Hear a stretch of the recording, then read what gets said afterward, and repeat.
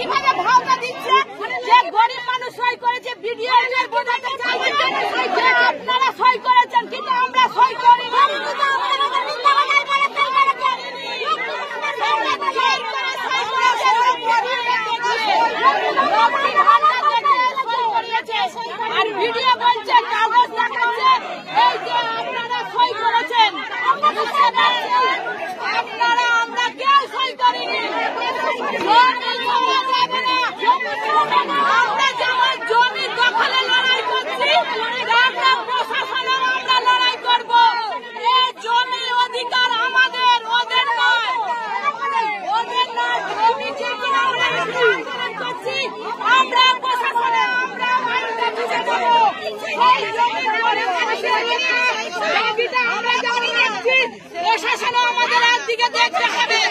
প্রশাসনও আমাদের কি বলছে, আপনারা গরিব মানুষ সই করে দিয়েছেন, টাকা পাবেন বলে নিয়েছে।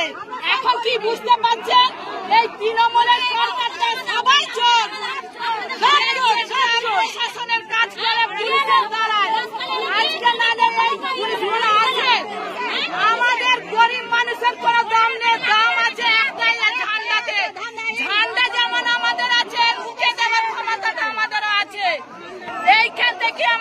পুলিশকে চ্যালেঞ্জ নিতে হবে। আমার ছেলেকে যেমন আমি দুবেলা নজর রাখি, জমিটাও আমরা 4 বেলা নজর রাখবো। কোন প্রশাসনের লোক জমির ধারে যেতে পারবে না, কোন প্রশাসনের লোক জমির ধারে যেতে পারবে না। যদি যায় এইখানে লাশ পড়ে যাবে, প্রশাসনে দেখে নেবে। এতক্ষণ ধরে গুজুর ফুসুর অনেক হয়েছে, একটা কি গরিব মানুষের কথা শুনেছে? বলছে আপনারা সই করেছে, সে সইটা লক্ষ্মীর ভান্ডারে সই করেছে।